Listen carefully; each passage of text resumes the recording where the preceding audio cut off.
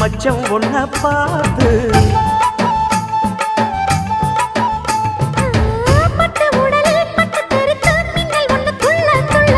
வெக்கம் துடிக்க விளக்கணைக்க ஜன்னல் கண்ணை மூடிக்கொள்ள 10 நாள் கழிச்சு தாண்டி கதவை திறக்கணும்